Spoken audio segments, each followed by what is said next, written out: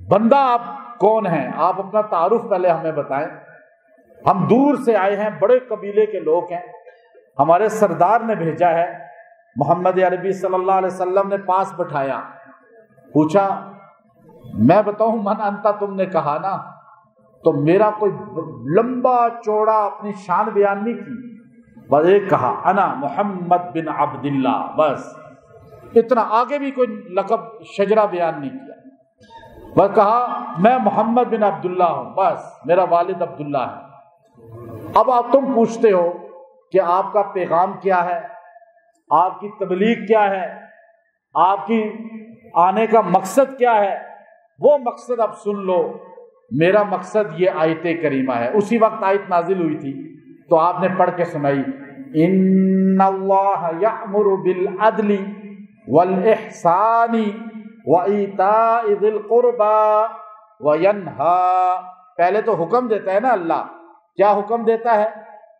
آج مسلمانوں کو سوچنا چاہیے. اللہ نے پہلا حکم دیا، قرآن نازل ہو رہا ہے، حضور بتا رہے ہیں کس کو؟ کافر کو، غیر مسلم کو، کہ میرا دین، میری تبلیغ، میرا مذہب، میرا آنے کا مقصد یہ ہے. آیت، بس ایک آیت، کوئی لمبی چوڑی تقریر نہیں ہے.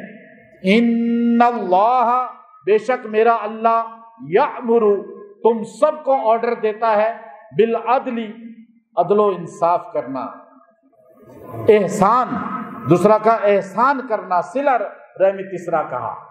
احسان اللہ کا خوف کے ساتھ ہر کام کرنا. بخاری کی حدیث ہے، حدیث جبرائیل، مل احسان یا رسول اللہ؟ ان اللہ یأمر بالعدل والاحسان.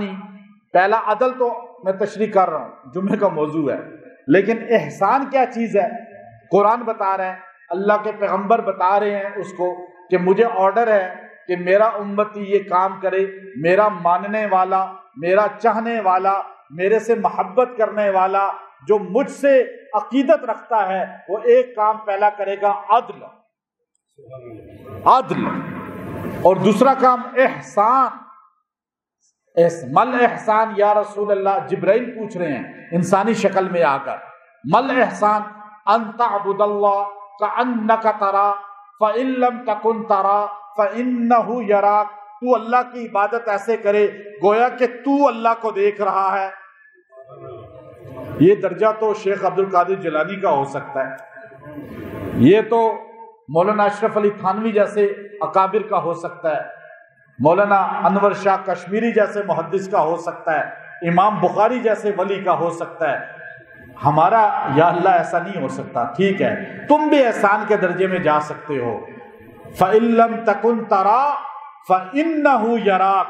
اگر یہ نہیں بنا سکتے سوچ کہ میں اللہ کو دیکھ رہا ہوں، اتنا تو بنا لو کہ اللہ مجھے دیکھ رہا ہے. یہ تو آپ سارے بنا سکتے ہیں، لیکن نماز میں نہیں. خالی یہاں نماز کا ذکر نہیں ہے، خالی نماز کا. دنیا کے سارے کاموں میں جج عدالت کی کرسی پہ بیٹھا ہے، اگر اسے یہ یقین ہو اللہ مجھے دیکھ رہا ہے، کیمرہ نہیں دیکھ رہا، اللہ دیکھ رہا ہے، تو وہ ظلم کرے گا؟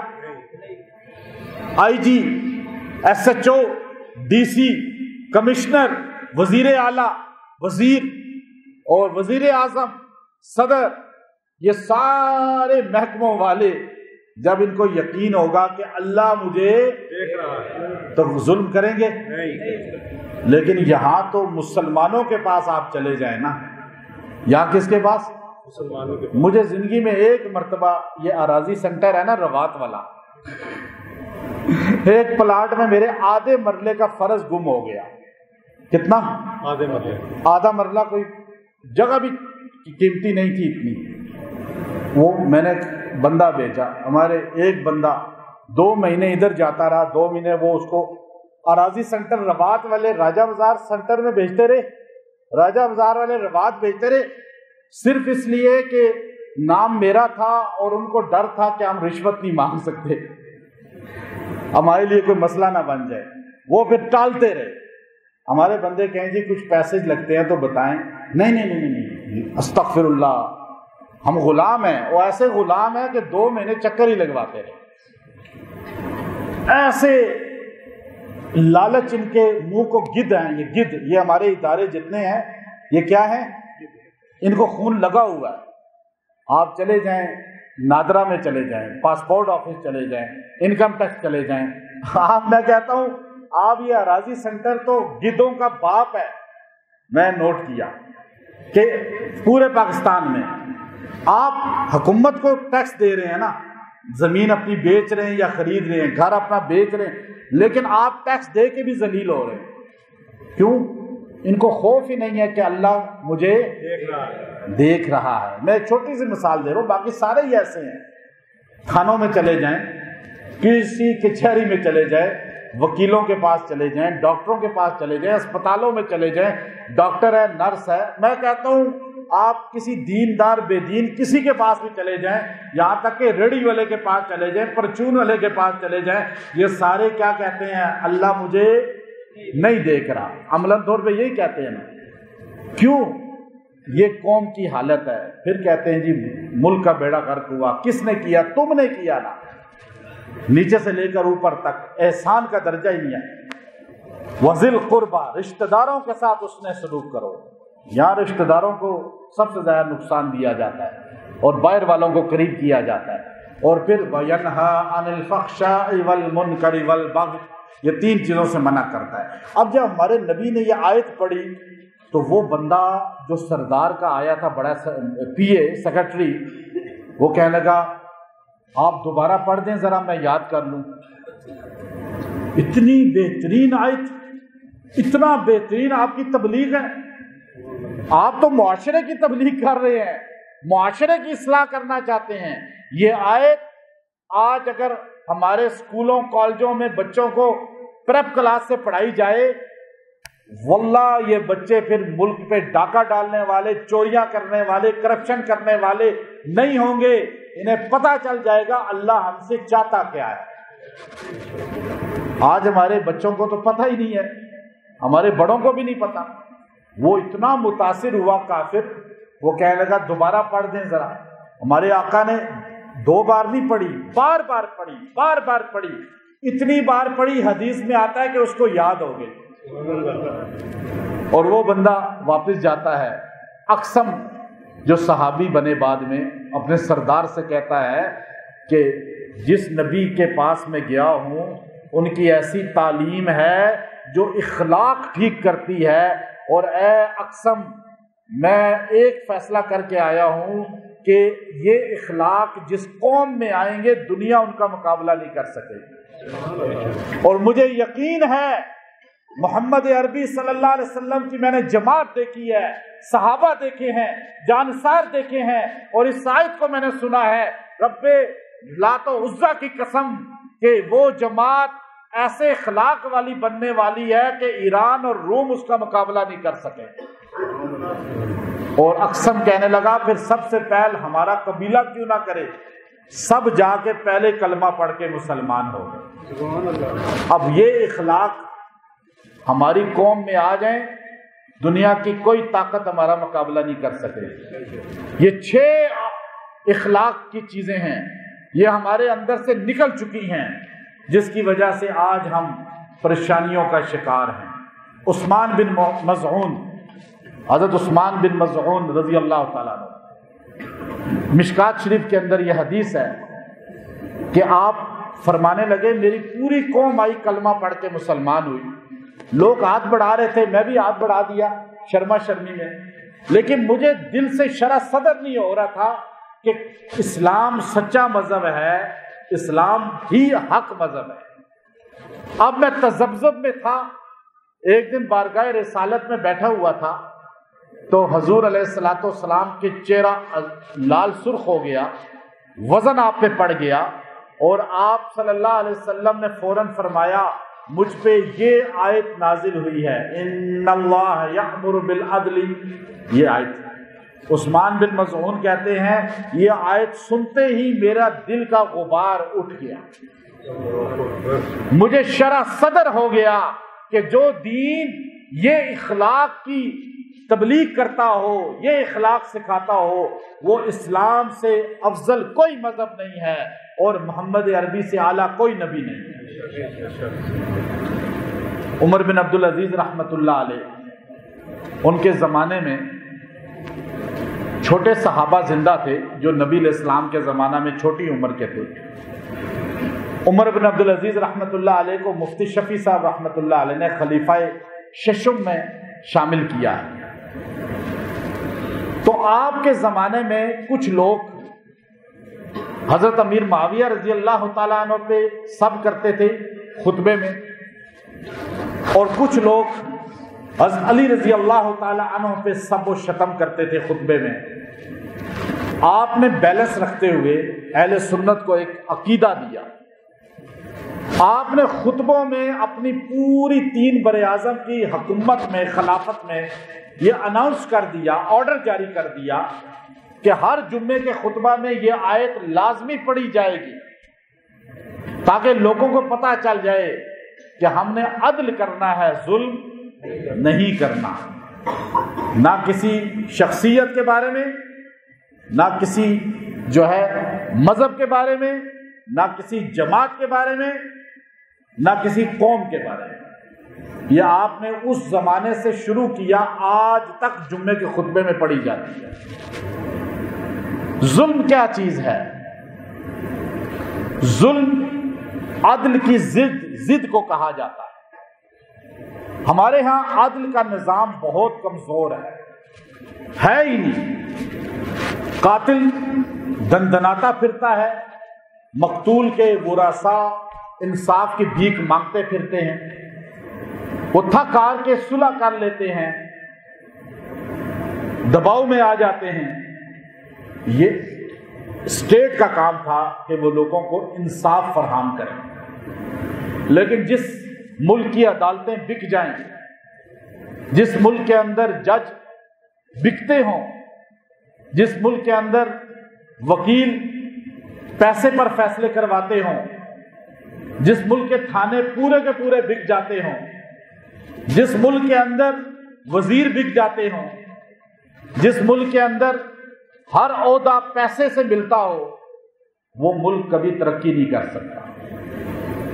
چرچل نے اپنی قوم کو خطاب کرتے ہوئے کہا تھا کہ جب کہا گیا آپ کے خلاف بغاوت ہو رہی ہے، کہا جاؤ میری ملک کی عدالتوں کو دیکھو، صرف عدالتوں کو دیکھنا، انصاف ہو رہا ہے، کافر ہے، لیکن اپنے انٹیلیجنس کے سربراہ کو کہا عدالتوں کو چیک کرو جا کے۔ بس اس نے آ کر کہا عدالتیں انصاف پہ فیصلہ کر رہی ہیں، تو اس نے کہا سارا ملک بھی اگر زور لگا لے میری حکومت ختم نہیں کر سکتا، اس لیے کہ میرے ملک میں نظام عدل موجود ہے۔ مسلمانوں میں خلفائے راشدین اور پھر اس کے بعد حسن رضی اللہ تعالیٰ کی خلافت، پھر یہ خلافت راشدہ ہے، اور اس کے بعد حضرت معاویہ رضی اللہ تعالیٰ کی عادلہ حکومت۔ جب تک ان میں عدل و انصاف رہا، اسلام آگے پھیلتا رہا۔ جب مسلمانوں میں ظلم والے آ گئے تو اسلام بھی ریورس لگ گیا، اور یہاں تک کہ پورے ملک اسلام میں آنے کے بعد بھی واپس عیسائی ہو گئے۔ مسلمانوں میں آج کراچی کا واقعہ آپ کے سامنے پیش آیا ہے۔ کراچی کے اندر کس طرح ایک بڑے گھرانے کی لڑکی تھی، عورت ہے، مالدار گھرانے کی ہے، اور وہ اعلیٰ ترین گاڑی پہ بیٹھی ہوئی ہے، پراڈو پہ مہنگی ترین گاڑی چلا رہی ہے، اور غریب ترین ماں باپ بیٹی کو رونتے ہوئے، دیگر لوگوں کو زخمی کرتے ہوئے، اور تب رکی جب گاڑی اس کی بھی الٹ گئی، اور ساری پولیس، ساری عدالت، سارے منسٹر، سارے ادارے اس کو سپورٹ کرنے میں ایک دم آگے بڑھے کہ وہ مالدار ہے اور مرنے والے غریب لوگ ہیں۔ جس قوم کے اندر ایسا ہوتا ہے اس قوم کی پستی، ذلت یہاں سے سمجھ آ جاتی ہے کہ اس ملک کے اوپر حکمران کوئی نہیں ہے۔ آپ افریقہ کے اندر، ساؤتھ افریقہ کے اندر دکانیں لوٹ لی جاتی ہیں۔ ایک مرتبہ ایک بندے نے مجھے کال کی میرا جاننے والا تھا، پاکستان میں کبھی نہیں آیا وہ، لیکن کسی اور ملک کا تھا، تو وہاں رہتا وہاں تھا، وہیں اس کو کاروبار نیشنلٹی، بہت بزنس میں ٹاپ پہ تھا. مجھے کال کی کہ میرا فلاں بھائی آپ سے رابطے میں ہے، بحرین والا، آپ اس کو میرا یہ نمبر بھیج دیں، میرے موبائل، میری پوری 6 دکانیں، شو روم بڑے تھے، میرا گھر سارا لوٹ لیا گیا ہے اور ہم کسی کو کلیم بھی نہیں کر سکتے، وہاں کالے لوٹ کے چلے جاتے ہیں اور آپ نہ پولیس میں جا سکتے ہیں، نہ آپ کو انصاف ملتا ہے، اور وہاں کے لوگ اس طرح پھر آہستہ آہستہ ملک چھوڑتے جا رہے ہیں. میں سوچ رہا تھا کہ یہ تو ساؤتھ افریقہ کا بتا رہا ہے، پاکستان میں بھی تو یہی ہوتا ہے. یا چور پکڑا گیا کبھی؟ میرے گھر میں ایک مرتبہ چوری ہوئی تھی، آج سے 2006 کی بات ہے. تالا توڑا، سونا لے گیا. یہاں کی تھانہ پولیس کو میں نے خود چور پکڑوایا، ممبر پہ بتا رہا ہوں. چور، میں نے کہا وہ چور پکڑا جائے گا، اور الحمدللہ دوسرے گھر سے چوری کرتے ہوئے 15 دن کے اندر وہ گینگ پکڑا. لیکن گینگ تو جیل چلا گیا، پولیس نے ہمیں 1 روپیہ واپس نہیں کیا. بلکہ پولیس کا یہ حال ہے ہماری. ایک مرتبہ یہاں پر گاڑی آ کے رکی، رش تھا اتوار کو یہاں، تو گاڑی کا پولیس والا میرے گارڈ کو کہتا ہے کہ پیر صاحب کو 2000 روپیہ دیں. کتنے دیں؟ 2000 روپیہ دیں، پیٹرول ڈالنا ہے گاڑی کا. اس نے کہا سوچ لیں. ایس ایچ او صاحب بہت اچھے آدمی ہیں یہاں کے، بڑی محبت کرتے ہیں جو ابھی ایس ایچ او، انہی کے زمانے کی بات ہے. تو میں نے، اس نے کہا بتا دوں؟ ہاں بتاؤ جا کے. وہ نیا آیا تھا کہیں ڈرائیور گاڑی کا. تو میرا گارڈ اندر آیا، کہتا جی پولیس والے 2000 روپیہ مانگ رہے ہیں پیٹرول کے لیے. میں نے کہا کہ اس کو کھڑے رکھنا ذرا. میں کیمرے میں دیکھ رہا تھا، گاڑی وائٹ رنگ کی تھی. میں نے ایس ایچ او صاحب کو فون کیا، میں نے کہا حضور 2000 سے آپ کا کام چل جائے گا؟ یہ تو یار زیادہ آپ کو مانگنے چاہیے مجھ سے. یہ تو آپ چھوٹے موٹے لوگوں سے 1000-2000 روپے گاڑی لے لیتی ہے. کہا نہیں استغفر اللہ، کس نے آپ سے مانگے؟ آپ کو تو ہمیں دینے چاہیے، آپ ہماری خدمت کر رہے ہیں. بڑے اچھے آدمی ہیں سچو یہاں کے ابھی جو ہیں، میرے ساتھ تو اچھے ہیں، باقی اللہ ہی سب کو جانتا ہے. مجھے کہا جی کہ گاڑی کون سی ہے؟ میں نے کہا جی پتہ نہیں اب چلی گئی ہے، وائٹ کلر کی تھی. 10 منٹ گزرے یا 5 منٹ، وہ گاڑی دوبارہ رکی اور وہ اندر آ کے جو معافی چاہتے ہیں. میں نے کہا تھا 2000 روپے دم کر کے دے دے پیر صاحب. 2000 ایس ایچ او صاحب نے کہ اس کو ڈانٹا. وہ نیا آیا تھا، وہ چونکہ مولوی صاحب سے لیتا ہوگا بتا یا عاملوں سے، تو میں نے کہا دیکھیں جس ملک کے اندر یہ حال ہو، ہمارے تھوڑے تعلقات ہیں تو ہم بچ جاتے ہیں، جس بیچارے کے نہیں ہے وہ کیا کرے گا. یہ تو میں آپ کو اپنے اس کی بتا رہا ہوں نا. اب آپ مجھے بتائیں یہ پورے ملک کا یہی حال ہے، پورے ملک کا یہی حال ہے یا نہیں ہے؟ تو آپ بتائیں. اب وہ کراچی میں ادھر اس کو پروٹوکول، تھانے میں جا کے پانی پروٹوکول، آپ اور ہم میں سے کوئی پکڑا جائے تھانے میں، کھڑے ہو، ادھر کھڑے ہو جاؤ، نیچے بیٹھو. وہ مالدار ہے، کیا اسلام یہ کہتا ہے؟ پاگل ہے جی، پاگل ہے. سرٹیفکیٹ کس نے بنایا؟ مسلمانوں نے. پاکستان کلمے کے نام پہ بنا، سرٹیفکیٹ بنا نہیں بنا کہ جی یہ تو مینٹل ہے، اسے علاج کے لیے انگلینڈ جانا ہے. یہاں کوئی علاج نہیں ہے، مانسیرا کے ڈڈر اسپتال میں بھیجیں آپ اسے، وہ ٹھیک ہو جائے گی انشاءاللہ. نہیں انگلینڈ جانا ہے، کیونکہ اس کے بعد پاسپورٹ انگلینڈ کا ہے، لائسنس انگلینڈ کا ہے، پاکستان کا کوئی نہیں ہے اس کے پاس. یہ پاکستان کے لوگوں کو تو کیڑے مکوڑے سمجھتی ہے. یہ ہر مالدار طبقہ، واللہ یہ جو پیسے میں مغرور طبقہ ہے، یہ ہمیں کیڑا مکوڑا ہی سمجھتا ہے، یہ ہمیں انسان نہیں سمجھتا. رب محمد کی قسم، قیامت کے دن یہ کیڑے بن کے اللہ کے سامنے آئیں گے، اور اللہ بتاتا ہے، حدیث کے الفاظ ہیں، یہ کیڑے بن کر آئیں گے جو ظلم کرتے ہیں، اور جس کے ساتھ ظلم کیا اس کے پیروں کے نیچے کچلے جائیں گے، ذلیل ہو جائیں گے. اس لیے ظلم سے بچو، چاہے آپ ریڑھی والے ہیں، چاہے آپ نرس ہیں، میل فیمیل، ڈاکٹر ہیں، آپ آفیسر ہیں، آپ تھانے میں بیٹھے ہوئے ہیں، آپ چاہے عدالت میں بیٹھے ہوئے ہیں، ظلم نہ کریں۔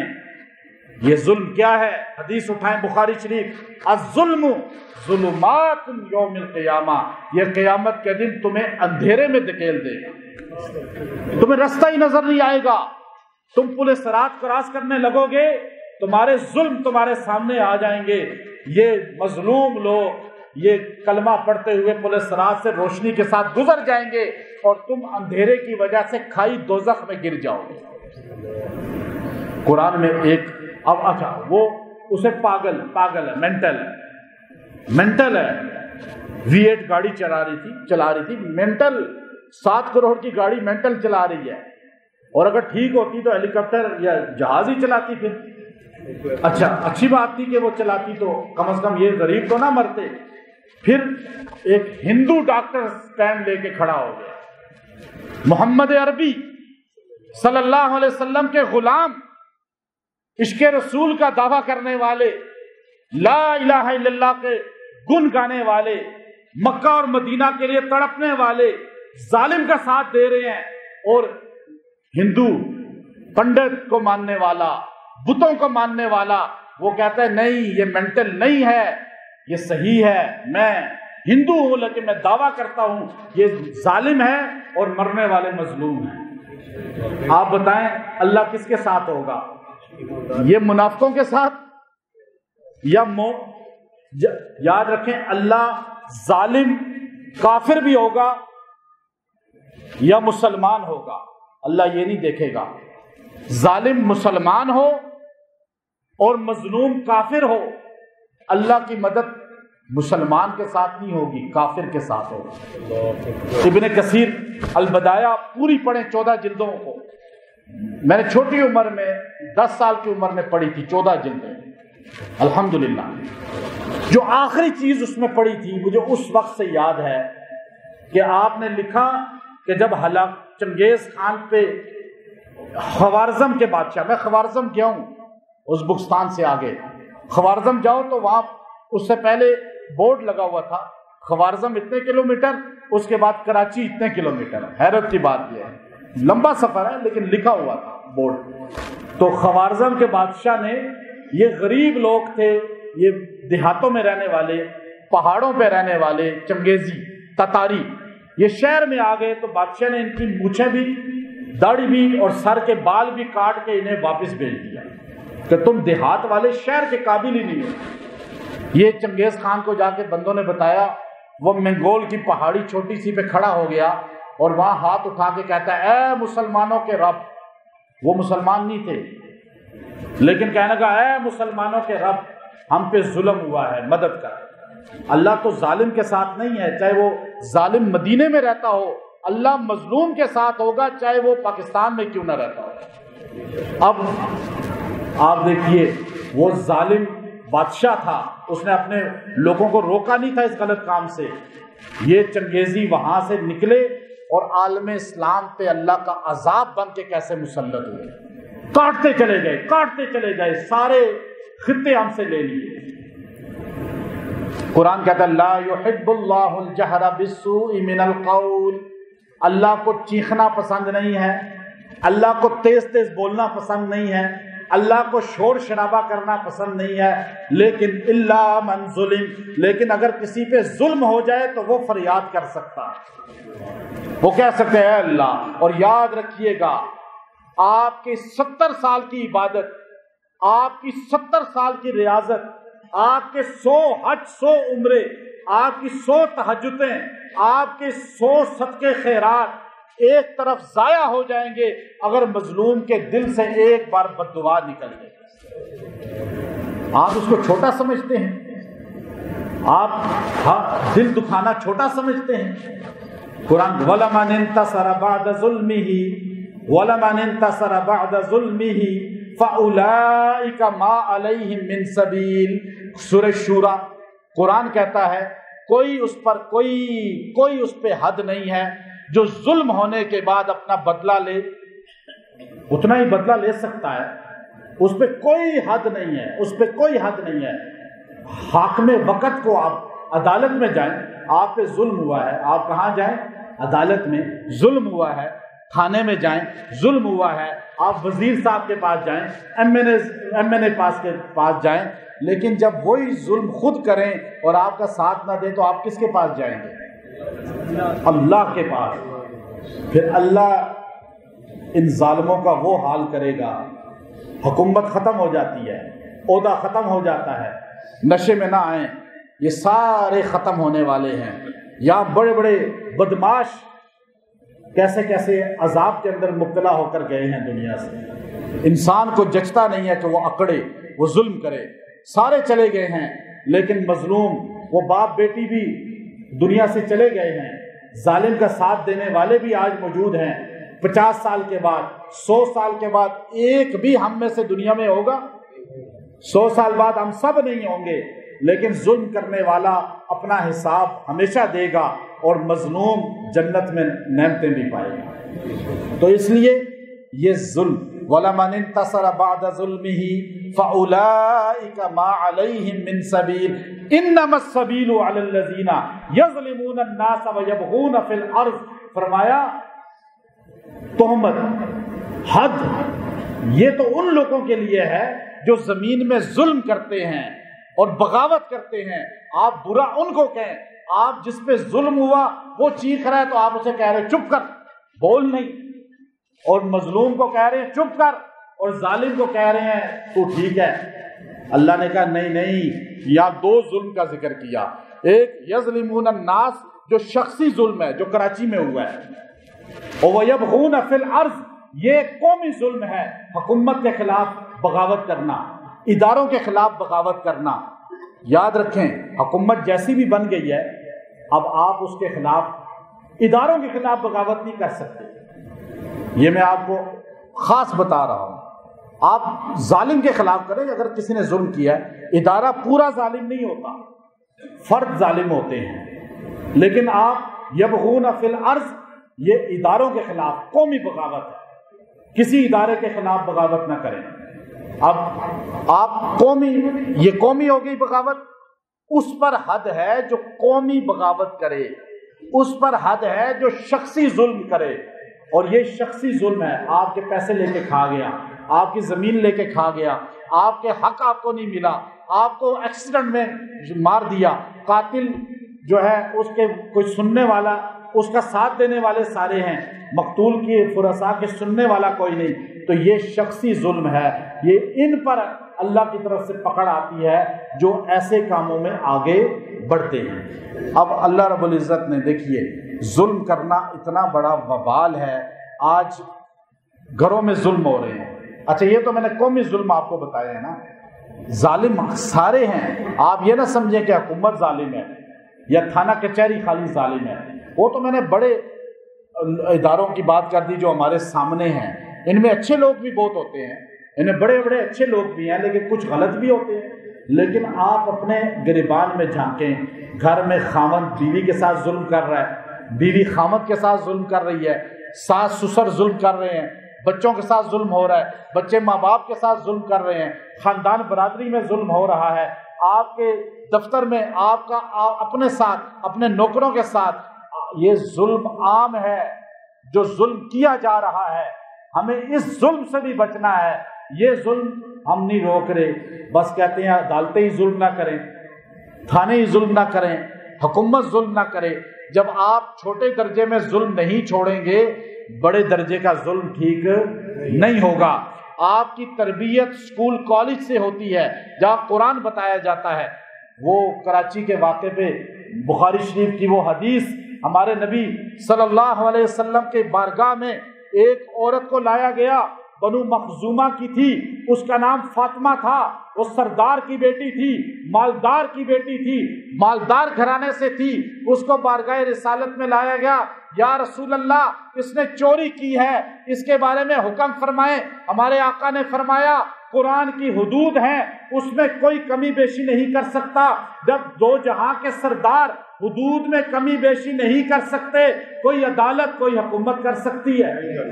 حضور علیہ السلام نے فرمایا فاطمہ مخزومی کا ہاتھ کاٹ دو، اس نے چوری کی ہے، ساری جو ہے گواہیاں مل چکی ہیں، ہر چیز واضح ہو چکی ہے، تو ان لوگوں نے دیکھا کہ کون نبی کا سب سے زیادہ محبوب ہے۔ آپ نے یہ نوٹ کیا تو حضور کے غلام منہ بولے بیٹے زید تھے، اور زید سے زیادہ پیار حضرت اسامہ سے تھا۔ حسن و حسین کی طرح پیار حضور ان سے کرتے تھے۔ حضور علیہ السلام کے اس لاڈلے جو ہے غلام کے بیٹے اسامہ بن زید کو اس قوم کے لوگوں نے کہا آپ ہمارے طرف سے جا کر حضور کے سامنے سفارش کریں کہ یا رسول اللہ کوئی ہدیہ، کوئی دیت، کوئی قصاص نما، کوئی جرمانہ، کوئی پیسہ آپ کہیں لے لیں، لیکن عورت ہے، لڑکی ہے، شادی بھی نہیں ہوئی ہے، بڑے گھرانے کی ہے، ہاتھ کٹا ہوا ساری زندگی اس کے منہ پہ کلک رہے گی کہ ہاتھ اسی لیے کاٹا کہ یہ چور ہے، یہ زندگی کیسے گزارے گی؟ یا رسول اللہ نرمی کر لیں، نرمی کریں، نرمی کریں۔ اب یہ لوگ کراچی والے بھی کہہ رہے ہوں گے نا، جا کے وہ جو ان کے لڑکی کے گھر والے ہیں ان غریب لوگوں سے، دیگر لوگوں سے کہ نرمی کریں، آپ برداشت کریں، آپ معاف کر دیں، بڑا اس میں اجر ہے۔ ہمارے نبی کو آ کر جب اسامہ نے کہا، حضور کے محبوب اسامہ، حضور کے دل میں بسنے والے اسامہ، حضور ان سے اتنا پیار کرتے تھے، حسین کو اٹھاتے تھے تو اسامہ کو بھی اٹھا لیتے تھے۔ حضور نے زید کو کہا تھا زید اگر جنتی عورت سے شادی کرنی ہے تو ام ایمن سے کر لے۔ ام ایمن نے ہمارے نبی کو پالا تھا، حبشن تھی۔ حضور نے کہا جو جنتی عورت سے شادی کرتا ہے ام ایمن سے کرے۔ زید بن حارثہ نے کی، اللہ نے ان دونوں کو بیٹا اسامہ عطا کیا۔ باپ بھی حضور کا محبوب اور ماں حضور کی دایا تھی، حضور کی والدہ کی نوکرانی تھی، اور حضور تو بڑی عزت دیتے تھے ان کو، اور ان کا بیٹا کتنا محبوب ہوگا حضور کا۔ تو حضور نے فرمایا زید اسامہ جب بولے حضور کا چہرہ سرخ ہونے لگا، سرخ ہونے لگا، سرخ ہونے لگا، لال سرخ ہو گیا۔ حضور غصے میں کہنے لگے چپ کر، آج سے پہلے بھی لوگ قومیں اس لیے تباہ ہوئیں کہ جب مالدار آدمی غلطی کرتا تھا اسے ڈھیل دی جاتی تھی، مراد دی جاتی تھی، استثناء دیا جاتا تھا، اور غریب آدمی کو سزا دی جاتی تھی۔ میں محمد اس تفریق کو ختم کرنے کے لیے آیا ہوں۔ رب کعبہ کی قسم، محمد الرسول اللہ کی بیٹی فاطمہ بنت محمد بھی چوری کرتی، اس کا بھی ہاتھ کاٹا جاتا۔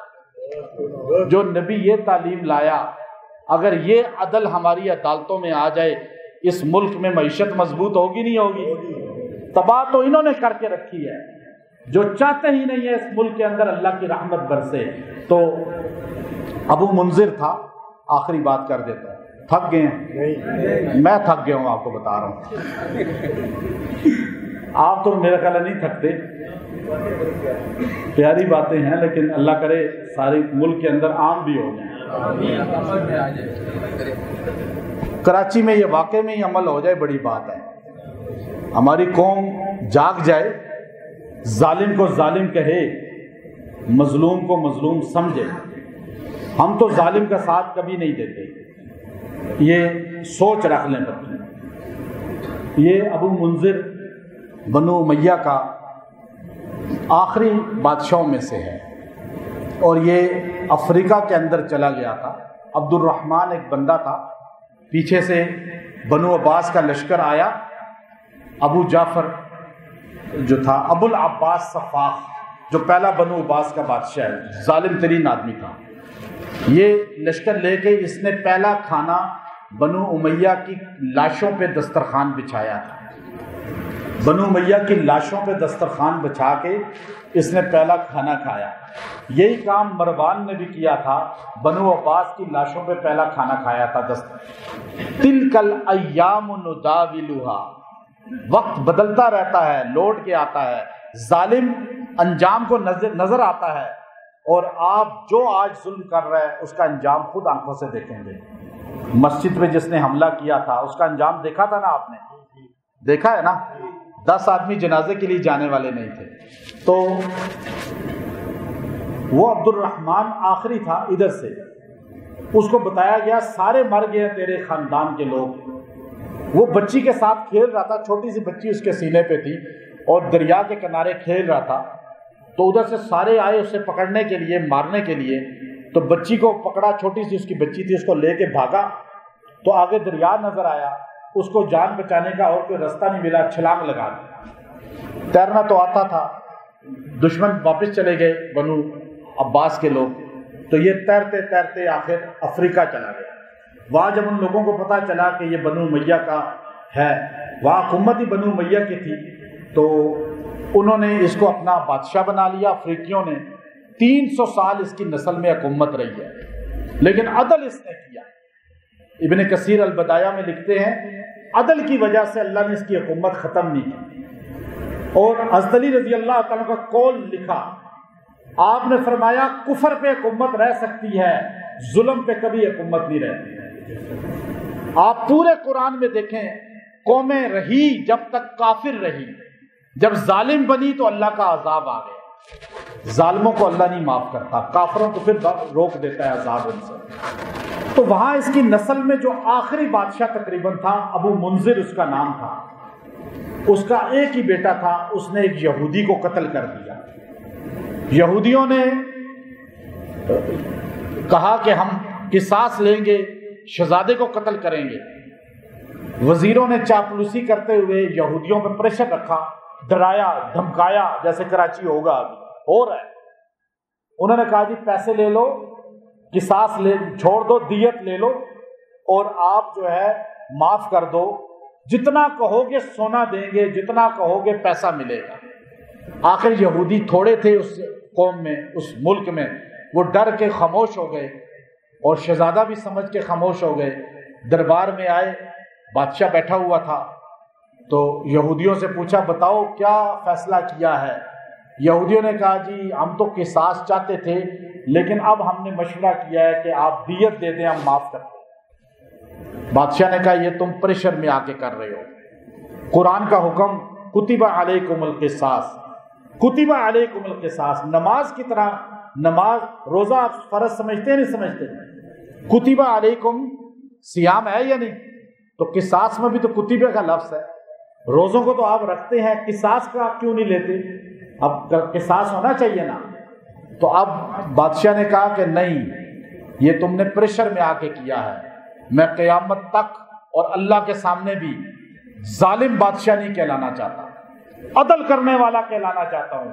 یہ زندگی گزر جائے گی، لیکن میں کل محمد عربی کو کیا جواب دوں گا؟ اس نے کہا نہیں، یوں تلوار اٹھائی، تخت سے کھڑا ہوا، بیٹا سامنے کھڑا تھا ہاتھ باندھ کے، اپنے بیٹے کو کہنے لگا کہ مجھے پتا ہے اگر میں قصاص میں تمہیں قتل کرا دوں تو میں بھی زندہ نہیں بچوں گا، کیونکہ اندر ایک فطری ایک بندے کی تعلق ہوتا ہے، اور اکلوتا بیٹا، تلوار ہاتھ میں لی، 10 قدم آگے بڑھ کے بیٹے کے پاس آیا، کہنے لگا لیکن میں اللہ کے سامنے ظالم بادشاہ نہیں بننا چاہتا، اور تلوار سے اپنے ہی بیٹے کو قتل کر دیا، اور جا کے تخت پہ بیٹھا اور کمرے میں گیا، 10 دن تک اپنے کمرے سے باہر نہیں نکلا۔ 10 دن کے بعد اس کا جنازہ اٹھا، لیکن اللہ کے ہاں وہ عدل کرنے والا بادشاہ بن کے گیا۔ آج جنت میں ہے یا نہیں؟ کراچی والوں، پاکستان کے حکمرانوں، پاکستان کے اداروں، پاکستان کی عوام، ہم سب کو عدل کو نہیں چھوڑنا۔ عدل جس دن آپ نے چھوڑ دیا، آپ اندھیروں میں بھٹک جائیں گے، یہاں کے بھی اندھیرے ہیں، وہاں کے بھی اندھیرے ہیں۔ اس لیے اپنے گھر میں بھی عدل کریں، آپ کے پاس جتنا اختیار ہے، آپ ایک عام آدمی ہیں عدل کریں، دکاندار ہیں عدل کریں، ریڑھی والے عدل کریں، مستری ہیں عدل کریں، آپ تھانے میں ہیں عدل کریں، عدالت میں ہیں عدل کریں، اسپتال میں ہیں عدل کریں۔ ہمارا تو آوا کا آوا ہی بگڑا ہوا ہے، ہم کس کس کو عدل کا بتائیں؟ جس نبی نے عدل کی اتنی تعلیم دی ہو، اس نبی کی امت آج ظلم پہ ظلم کر رہی ہے۔ اللہ تعالی ہمیں ظلم سے بچائے۔ وآخر دعوانا ان الحمد للہ رب العالمین۔